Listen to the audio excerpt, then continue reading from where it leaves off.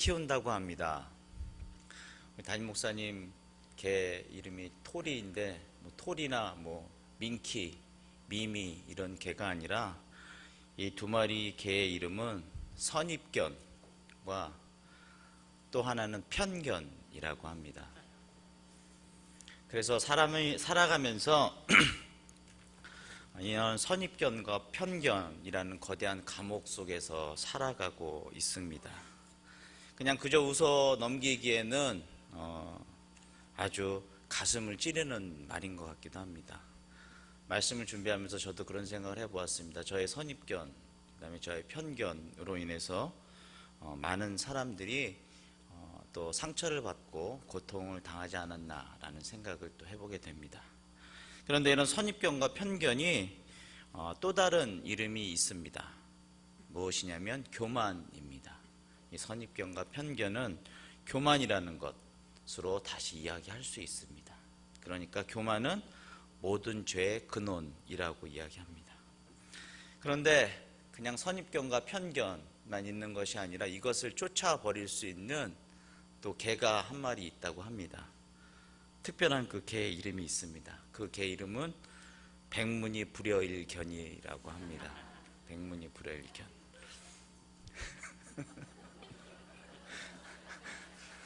권사님 너무 좋아하셔가지고 감사합니다.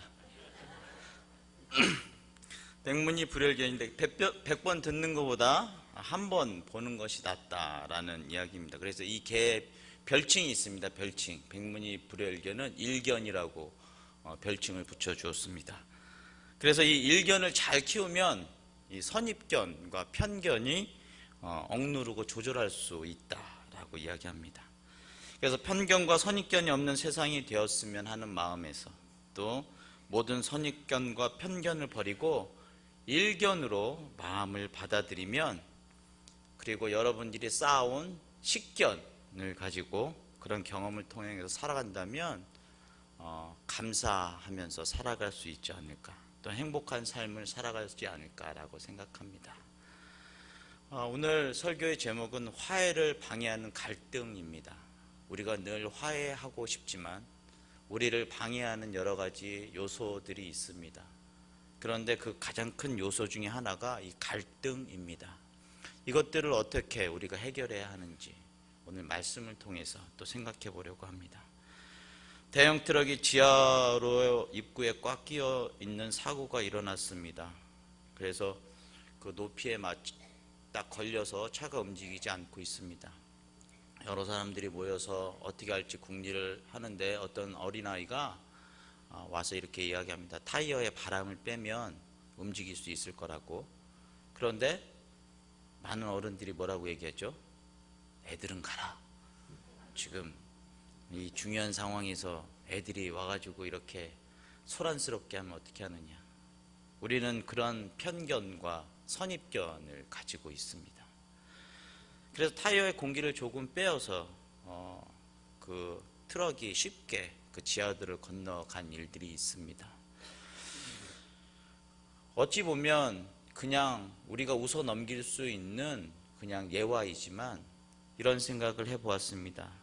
나 자신이 너무 바람이 많이 들어있어서 늘 끼어있지는 않은가라는 생각을 해보았습니다.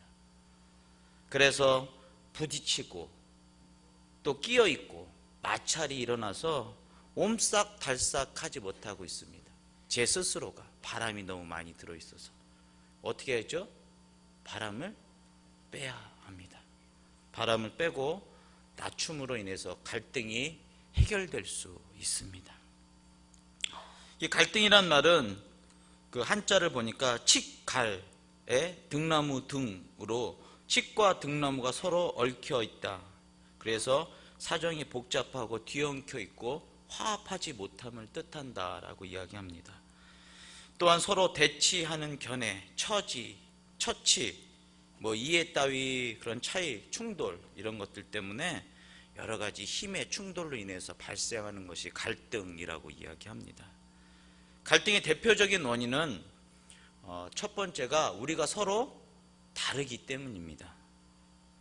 얼굴이 같은 사람이 없고 기질이나 성격이 같은 사람이 없습니다. 교회 안에도 다양한 성격과 배경, 그 다음에 신앙적인 색깔, 또 그런 모든 사람들이 공존해 가면서 살아갑니다. 그러기에 갈등이 유발될 수밖에 없습니다. 그런데 우리가 늘 생각하기에 이 다르다는 것에 대해서 잘못 생각하고 있는 것은 우리가 언어적으로도 많이 오용하고 있는데 틀리다라고 이야기합니다. 다른 것에 대한 이해가 부족하기에 우리가 내가 아니면 남이 다르다라고 생각하는 것이 아니라 남이 틀리다라고 이야기합니다. 저도 그런 실수를 많이 하는 것 같습니다. 저하고 의견이 다르다라고 이야기하는 것이 아니라 나하고 의견이 틀리잖아 라고 이야기합니다. 근데 은연중에 언어 안에도 우리가 그 다름을 인정하지 못하는 것들이 있습니다. 갈등의 대표적인 원인이 그 다름입니다. 그렇기 때문에 이런 다양한 것을 인정하고 다르다는 것을 깨닫고 다른 의견과 견해 또는 관점에 대해서 대화를 풀어가야 할 것입니다. 뭐 재밌는 얘기지만 제가 첫째로 딸을 낳고 나서 이름을 다희라고 지었습니다. 근데 이 다희라는 이름은 중요한 이름이 아니었습니다.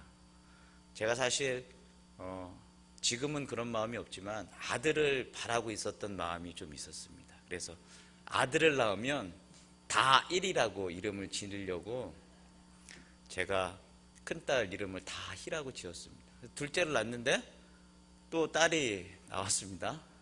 그래서 그 다일이라는 이름은 포기하고 다인이라고 이름을 지었습니다.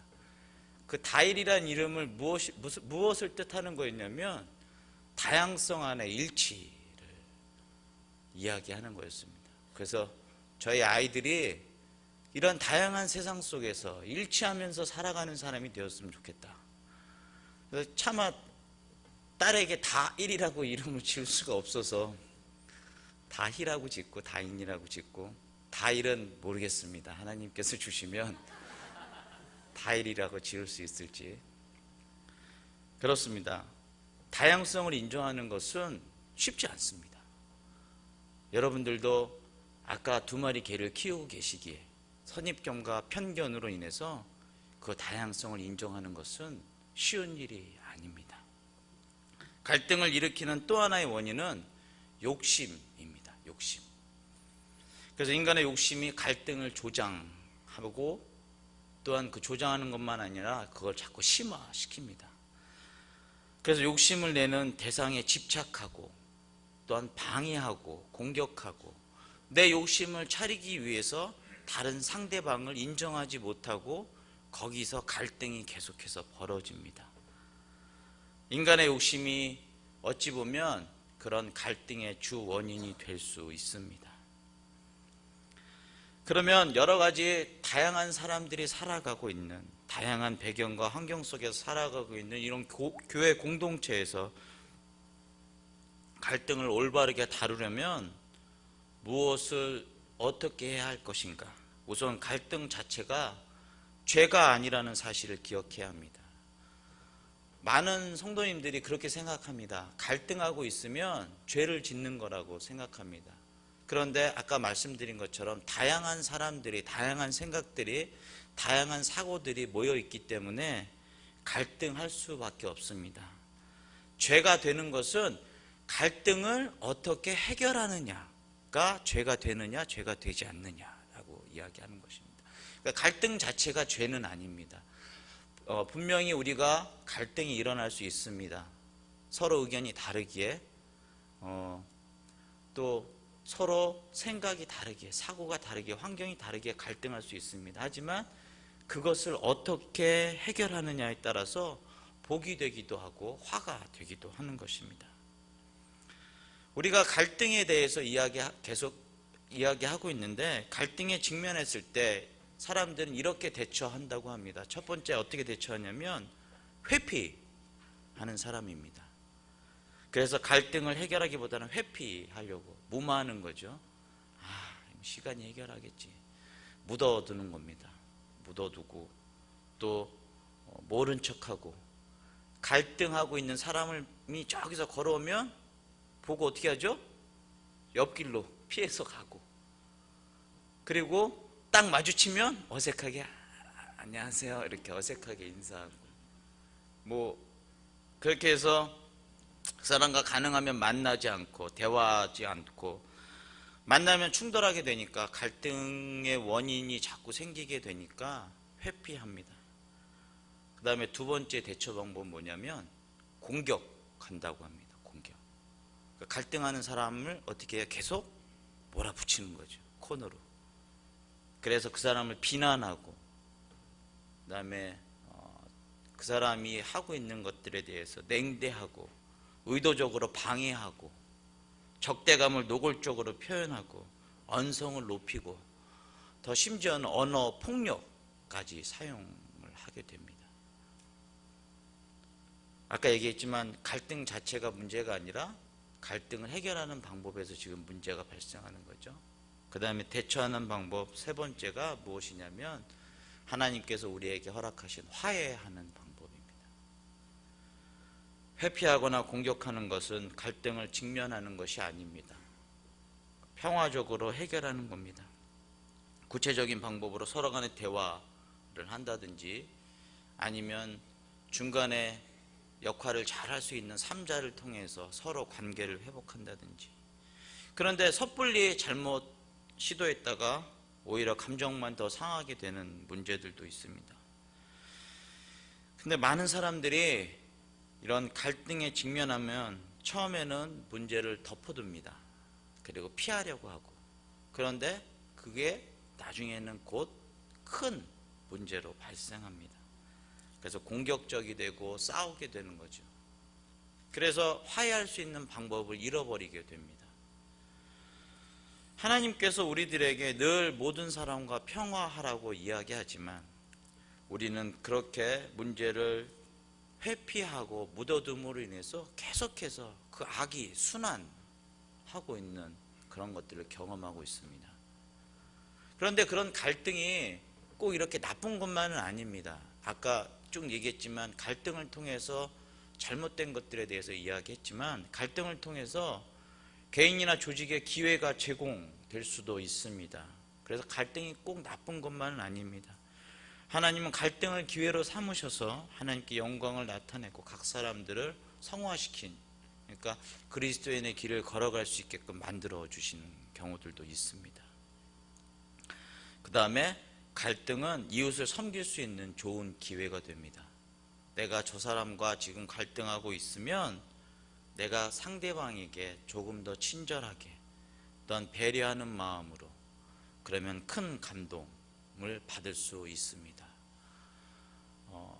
그런 경우들이 있을 수 있을 것입니다. 여러분들도 저는 뭐 직장 생활을 하거나 그러진 않았지만 친구들을 만나서 그런 이야기를 들어보면 제 친구들 중에 그 정말 신실한 그리스도인들이 직장 상사들에게 당하는 여러 가지 고충들과 어려움들, 그런 것들 때문에 힘들어할 때마다 저희 친구들이 그렇게 이야기한다고 합니다.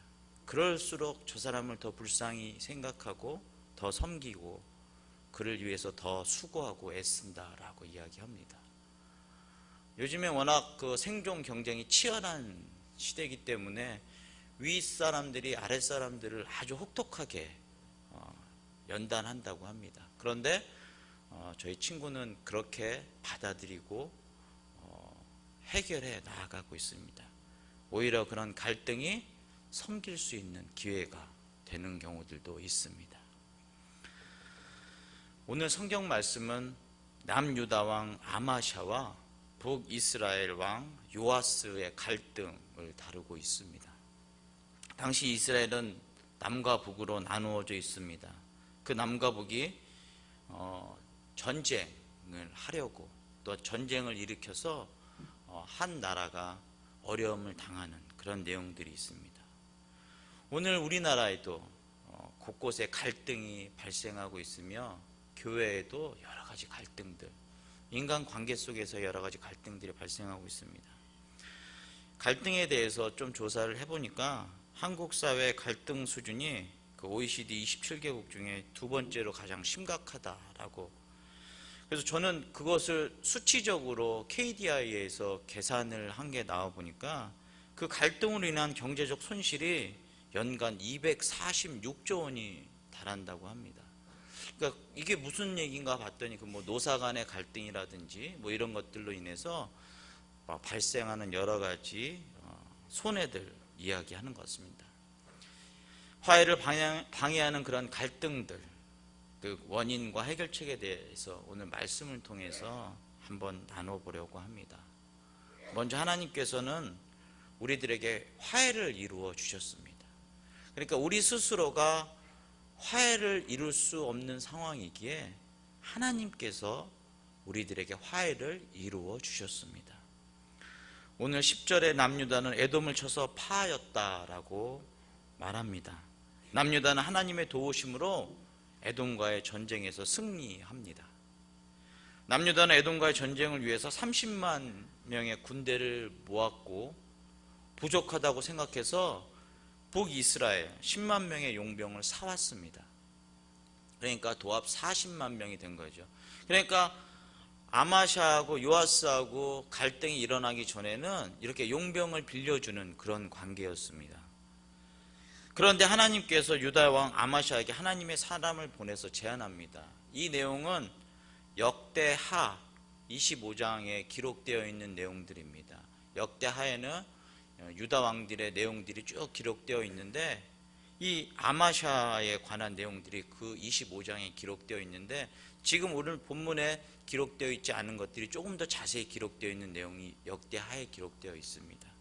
그래서 역대하에 에돔과의 전쟁에서 30만 명, 10만 명 더해서 40만 명이었는데 하나님의 사자가 역대하 25장 9절에 이렇게 기록되어 있습니다.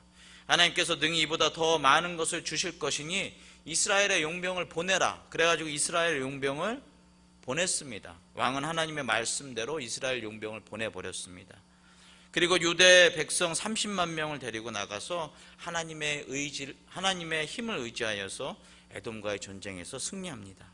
전쟁의 승리로 하나님께서는 아마샤는 물론이고 온 유다 백성들에게 힘을 보태어 주셨습니다. 그러니까 일단 하나님은 직접 그들의 갈등 요소를 없애 주신 것이고 평안을 이루어 주셨습니다. 하나님의 뜻에 순종함으로 하나님과 하나 되는 진정한 화해를 이루어 주셨습니다. 본문을 한 절 찾아보고 함께 읽고 다시 말씀을 나누도록 하겠습니다. 신약성경 에베소서 2장입니다. 에베소서 2장 14절부터 16절 말씀입니다. 신약성경 312쪽입니다.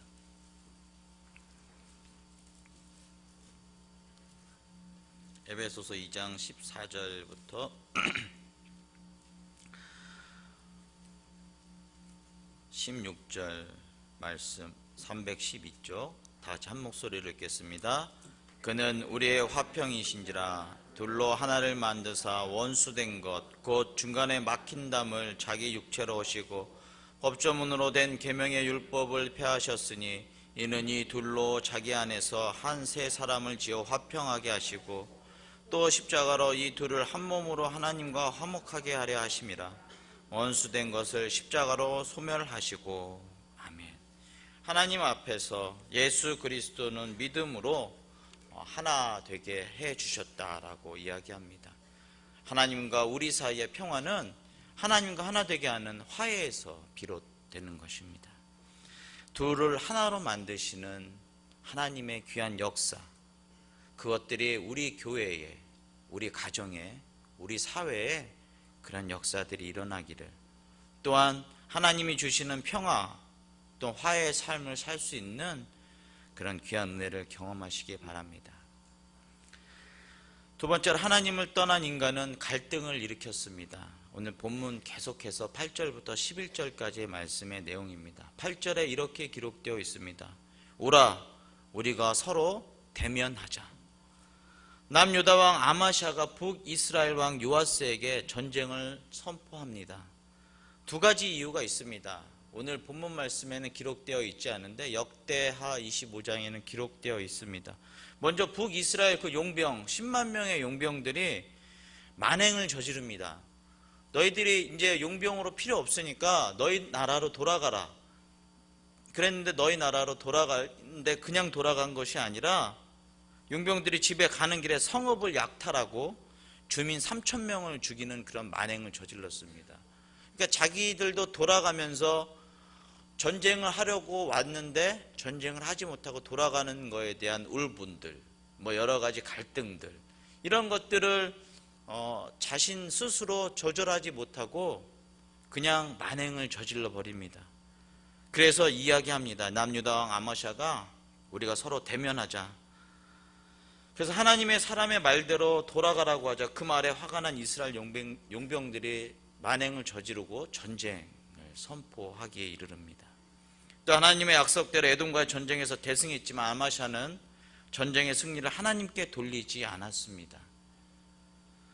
또 오히려 에돔의 우상들을 가지고 오고 자기의 신들을 자신의 신으로 섬기고 경배하였습니다. 하나님의 사람은 왕을 책망하고 하나님께서도 교만해진 아마샤를 떠났습니다. 갈등은 하나님을 떠난 하나님과의 단절에서 시작되었습니다. 오늘 8절에 보면 남쪽의 유다왕 아마샤가 먼저 시비를 겁니다. 이러한 시비를 거는 자세가 남의 이야기 같지는 않습니다. 어찌 보면 사람의 기본적인 속성, 또 인간의 본성인 것 같습니다. 조금 더 쉽게 이야기하면 이렇습니다.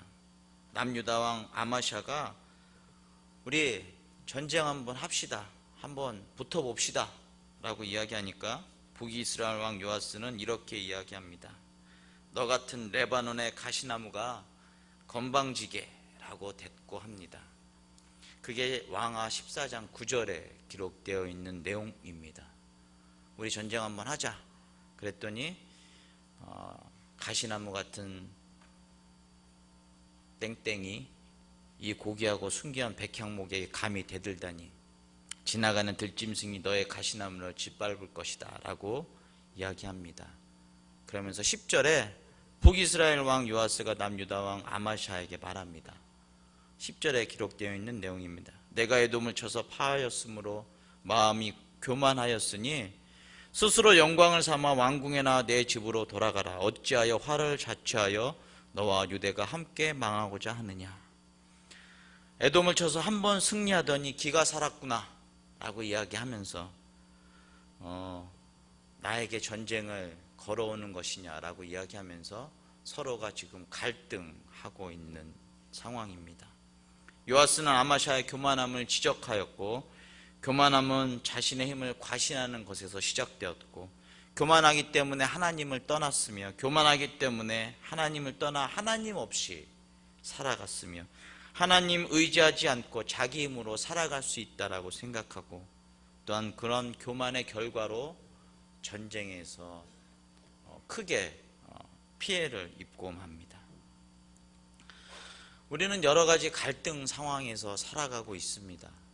그런데 가장 중요한 것은 그러한 갈등을 일으킬 때마다 우리가 생각해야 하는 것이 무엇이냐면, 내가 하나님께 의지하고 있는 것인가. 아까 말씀드린 것처럼 갈등이 문제가 아니라고 이야기했죠. 갈등을 어떻게 해결했느냐가 가장 큰 문제입니다.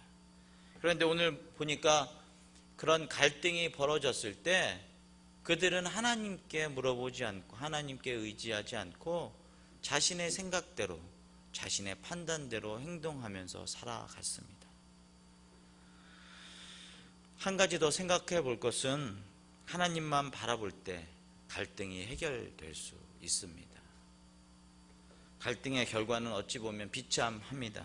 하나님을 의지하지 않은 남유다는 북이스라엘에게 비참하게 지고 맙니다.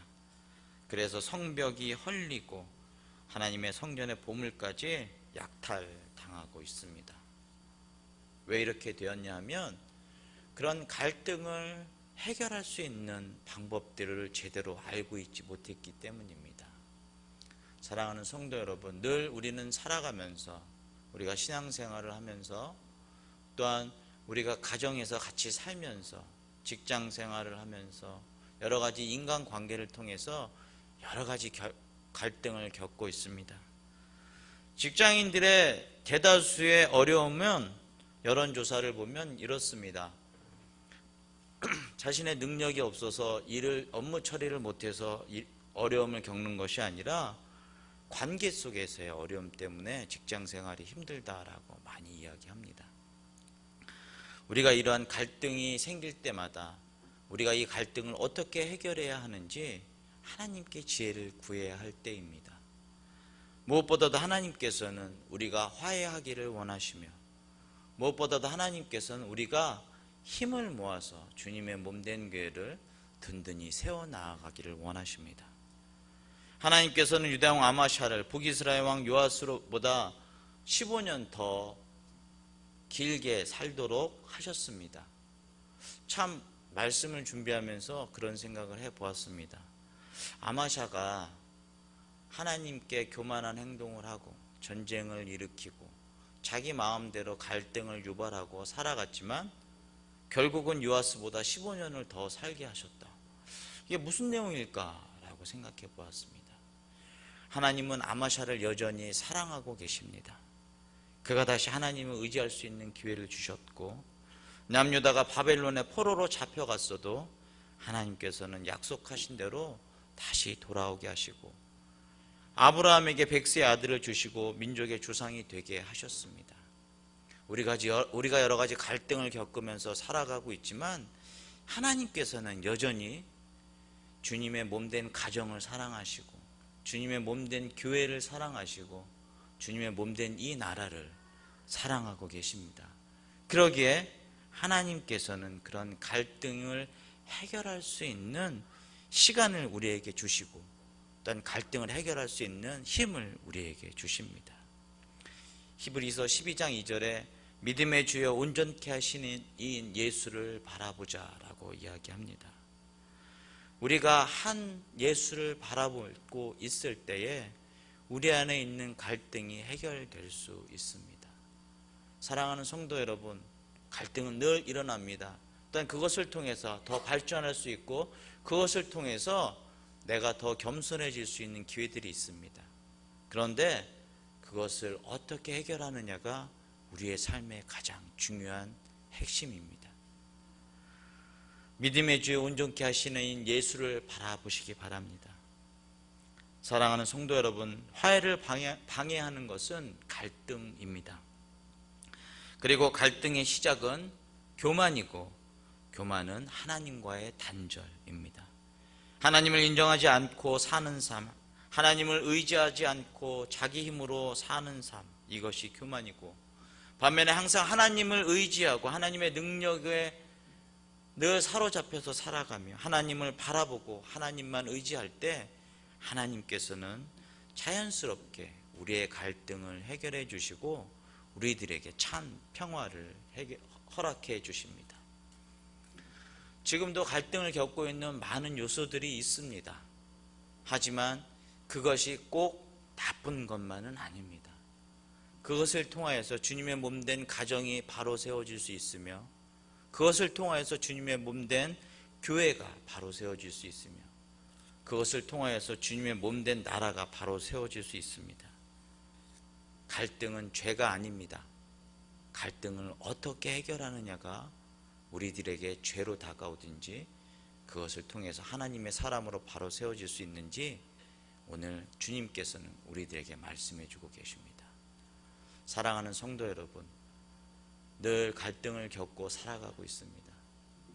또한 선입견과 편견에 사로잡혀 살아가고 있습니다. 하지만 예수 그리스도를 바라봄으로 그 갈등에 직면하여서 화해하시는 귀한 하나님의 백성들이 되기를 간절히 소망합니다. 기도하겠습니다. 사랑의 하나님,